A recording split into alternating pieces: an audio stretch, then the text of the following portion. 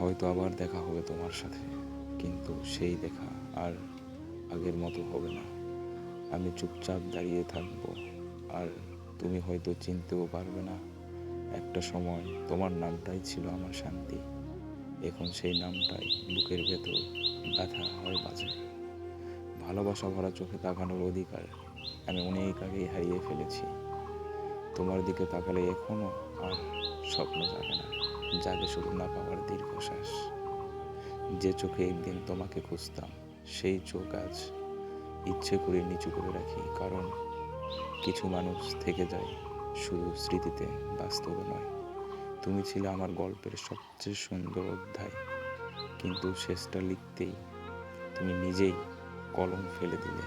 আমি চেষ্টা করেছিলাম ধরে রাখতে, তুমি বেছে নিয়েছিলে ছেড়ে যেতে। হয়তো আবার দেখা হবে, কিন্তু আর কখনো ভালোবাসা ভরা চোখে তোমার দিকে আর তাকাবো না, কারণ কিছু ভালোবাসা শুধু একবারই সত্যি হয়।